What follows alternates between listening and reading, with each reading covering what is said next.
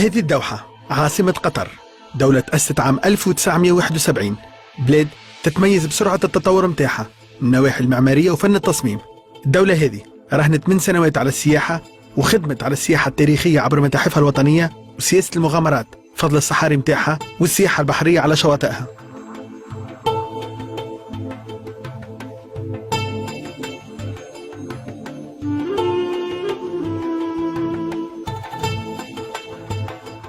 لكن تميز قطر كان من خلال السياحة الثقافية، من خلال مجموعة كبيرة من المهرجانات الثقافية المهمة. يعتبر مهرجان ربيع سوق واقف اللي تنظمه سنويا إذاعة صوت الريان واحد من المهرجانات الكبرى في الخليج، فضل ضخامة حفلاته وعدد الجماهير اللي تحضر، وخاصة بسبب وجوده في قلب أجمل مناطق قطر، سوق واقف.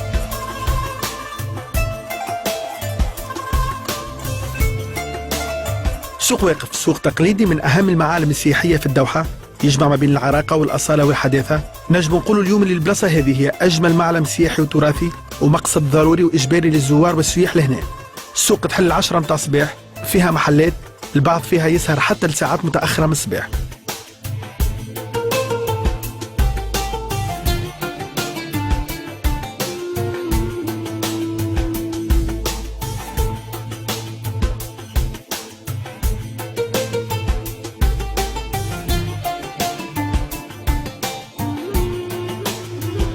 سوق واقف خذ الاسم هذا لأنه تاريخيا الباعة كانوا يقفوا في جنبات الطريق اللي توصل للسوق الكبير في الدوحة ويبيعوا ويشتروا هما واقفين. أهم المنتوجات اللي كانت تتباع لهنا البقول والحوت والبهارات والملابس. السوق هذا عمره أكثر من 250 عام، ومن عام 2004 اعتمدت الحكومة لهنا خطة لإحياء السوق واستعادة أجواءه القديمة وحمايته خاصة من خطر الزحف العمراني. أول حاجة عملتها الدولة وقع هدم الأبنية الإسمنتية وتعاود تبني السوق بشكل يحافظ على بنائه الأصيل القديم. وقع إحياء البلاصة هذه عبر تظاهرات فنية أهمها مهرجان ربيع سوق واقف السنوي، مهرجان غنائي عربي مصنف اليوم واحد من بين أهم المهرجانات الغنائية الخليجية الضخمة. أثناء المهرجان غير المسرح متاعه وانتقل لساحة أكبر والاستعدادات كبيرة لتجهيز الباركينج اللي كان مخصص لوقوف السيارات.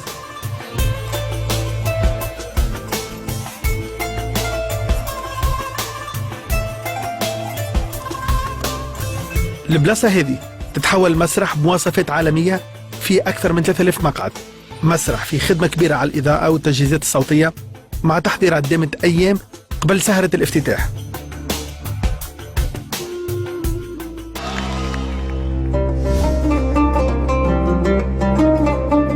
سوق واقف يفتح أبوابه للجمهور يحضر مجانا للسهرات متاعه، وباستثناء مهرجان موازين في المغرب فإنه مهرجان الربيع في الدوحة هو المهرجان الوحيد اللي ما فيش تذاكر والدخول مجاني. نذكركم انه مهرجان موازين في المغرب يوفر بطاقات VIP بأسعار باهظة لنوعية من الزوار متاعه.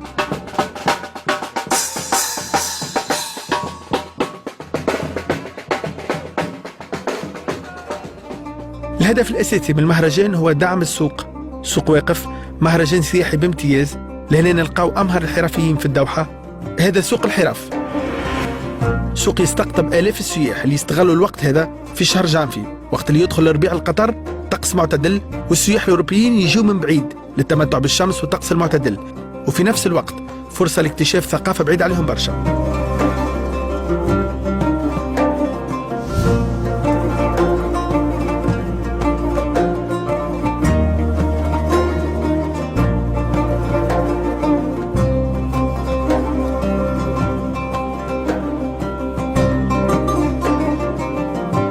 سوق الحرف يوفر للسياح منتوجات أغلبها تتعمل باليد. في آخر السوق نلقاو محل مميز وطريف وفريد من نوعه في قطر، محل تحنيط الحيوانات، قطاع تاخذ من عند المختصين برشا وقت وجهد. المحل في حد ذاته متحف مميز في كائنات وحشية محنطة بطريقة محترفة. هلا أي شيء يموت من حديقة الحيوانات أو المحمية بجيبوا لنا إياه. بتفضل أحشاء كامل من اللحم والعظم، بناخذ فقط الشكل الخارجي اللي هو الجلد. هي المادة هلا اللي أنا عم استخدمها هي مادة الفرمول اللي بتحافظ على القطعة. يعني من بعد ما استخدم هي المادة خلص يعني أقدر أحركه يمين أو يسار، تثبت على هي الوضعية.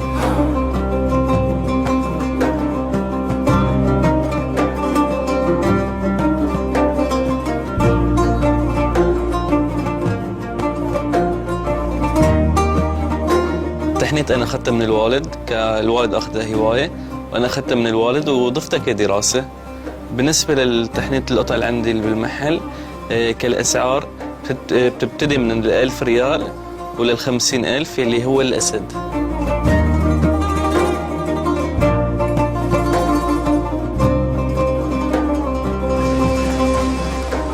في السوق نلقاو برشا جنسيات، أهمها جنسيات من جنوب شرق آسيا وأفريقيا، خاصة من السودان.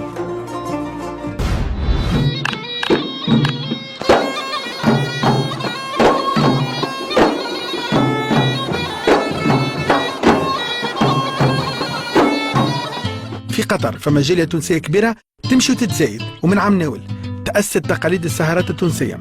ربيع 2016 نجحت سهرة نور شيبة ولطفي بوشناق، والسنة المنظمين اختاروا الفنان زياد غرسة والفنان الشعبي وليد التونسي.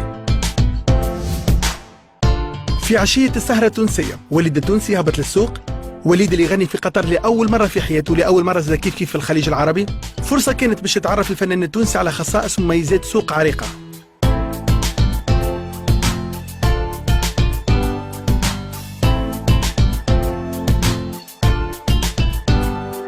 حاجة ممتازة ساعة ذكاء كبير برشا لتسويق السياحة في قطر إن شاء الله كما نشوفوا عنا في تونس. حاجة حلوة برشا ممتازة. ما نعرفش راني نسمع زادة في أنيماسيون أغنية من الشيرة الأخرى، ماذا بيا نحب نشوف زادة شنو قاعد بصراحة. أول مرة أنا كما قلت أنت أول مرة حتى مش في قطر برك حتى في الخارج، إن شاء الله مش ماهيش آخر مرة. لا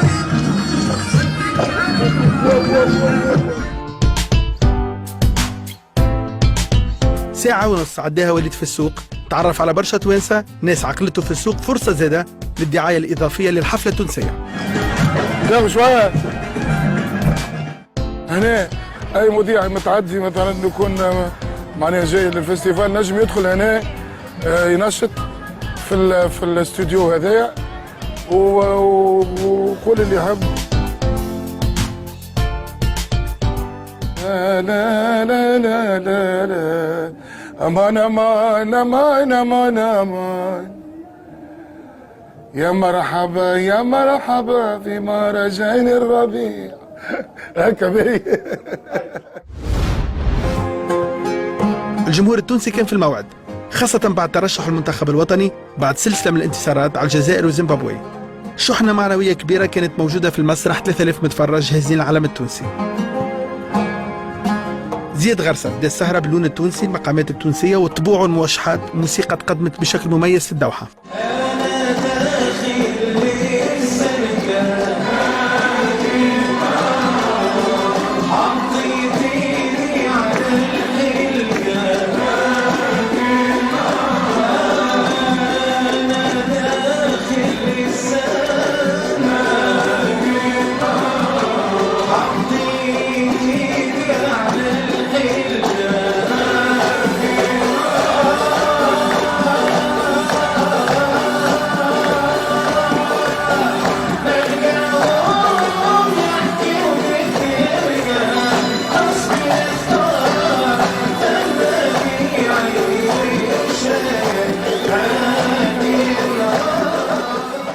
كبداية لازم نذوقوهم، عرفت كيما احنا نذوقوهم شنو المطعم نتاعنا نتاع الريحة نتاع كيما نتاع الماكلة، ريحتنا الفنية. ومن بعد إذا كان فما فلوس ولا فما إنتاجات نجدوني برشا على المالوف، على توثيق المالوف وعلى برشا حاجات. لقيت ناس معناها عاملين، عملت انترفيوهات معناها قارين حسابهم بالكدا بالكدا بالكدا. يا مرحبا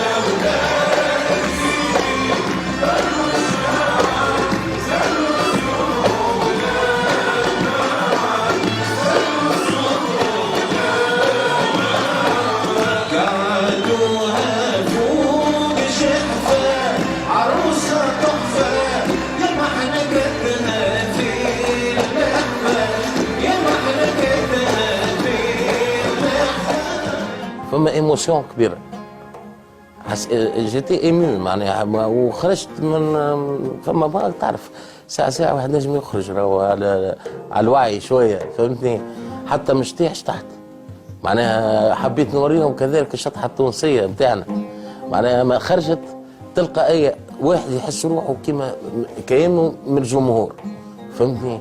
هذيك وقتها تعدى الميساج يتعدى. انا ملي طلعت عرفتها باش تعدى سهريه ملي حطيت ساقي رغم اللي كنت خايف ديما ذاك اي فنان معناه يخاف ياسر. وقت اللي شفت الجمهور وكذا بعد بشوي بشوي تبدا تاخذ قياده كيف باش تقود فرق.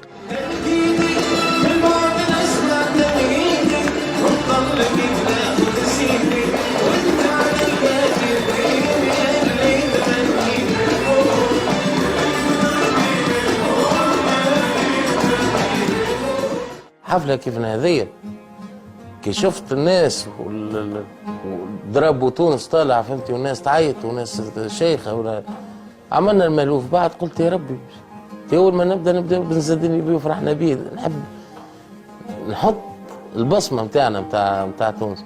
فأنا شعوري معناها شعور أي إنسان يهز ضربه معناها هنا في الدوحة ونزدني بيه وفرحنا بيه وتلمت الأحباب وغيره وكذا والجمهور يغني معناها ايموسيون كبيره ياسر معناها بالنسبه لي انا وبالنسبه للناس.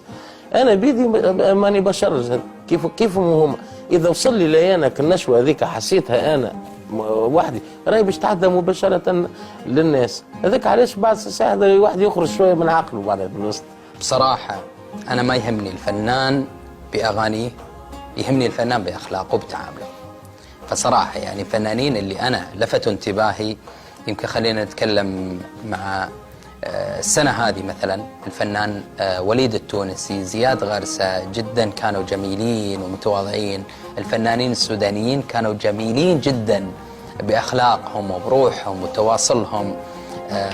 يمكن الفنان اللبناني فارس كرم هو طاغي يعني وقريب جدا. السنة هذه احنا افتقدنا حاتم العراقي، حاتم العراقي جدا قريب مني. الفنانين الخليجيين أيضا يعني صراحة تعاملهم جدا جميل وقريبين مني، ولكن هذه الأسماء اللي أنا ذكرتها لهم بصمة يعني وتواصل دائم.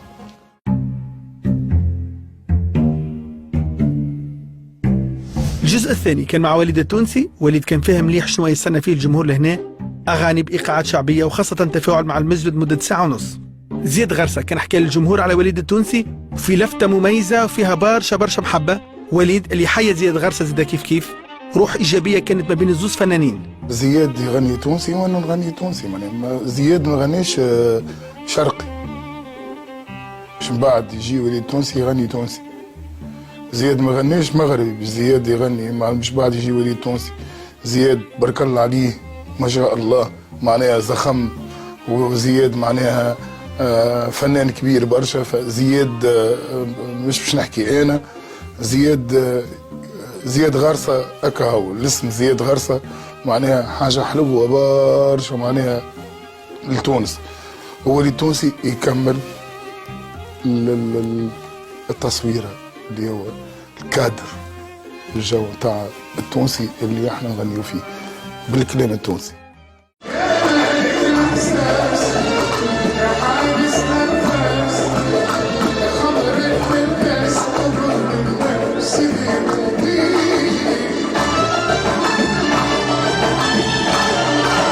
وليد التونسي ينوع في المواضيع، يختار يتفاعل بشكل كبير مع الجمهور يتبع فيه عبر الشاشات اللي لبرا والا عبر البث المباشر من خلال قناه الريان. تشوف في بلد عربي يعني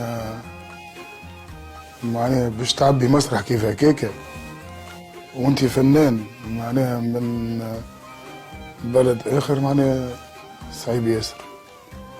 الحاجه اللي تمتعك وتشيخك كونك انت المسرح اللي شفته كرسي فارغ لقيته ارشي كومبلي جو كبير برشا بطبيعه باش تحس احساس اخر وسنساسيون اخرى وجو اخر اليوم يعني يخليك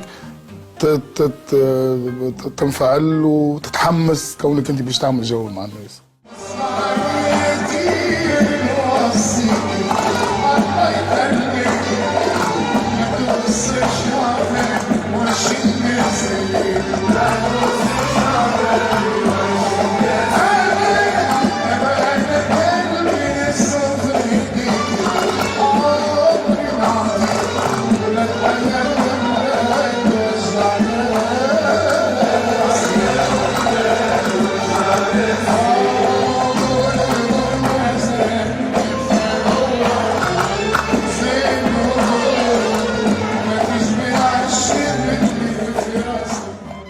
التونسي متميز خلى انطباع كبير، والسهرة التونسية كانت ضمن أنجح السهرات الكبرى في المهرجان بشهادة أهل الصحافة والإعلام. الحمد لله الحمد لله الحمد لله. لا كومبلي يقول حاجة معني أرشي كومبلي. مبروك مبروك لتونس. الدرام هذه خويا لا تعرفش قلت لي انت زاده معايا انا مساعدك عينيك.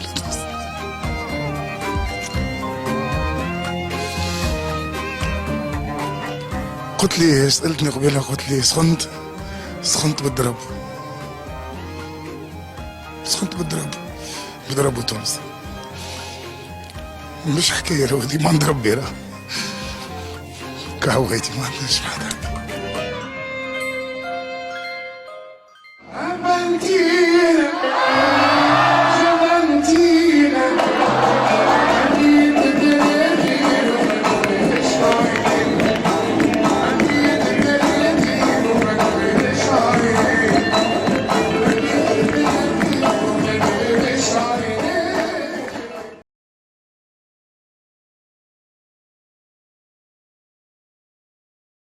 مهرجان ربيع سوق واقف 15 سهرة، 30 فنان ونجم عربي. هو قدرة وإيمان باللي الثقافة والفن والموسيقى ينجموا يكونوا خير سفير البلاد تحب تعرف تراثها ومخزونها الثقافي وتحط روحها في خريطة الوجهات السياحية الكبرى في وقت برشا مهرجانات مازالت تخدم من غير هدف ولا استراتيجية واضحة.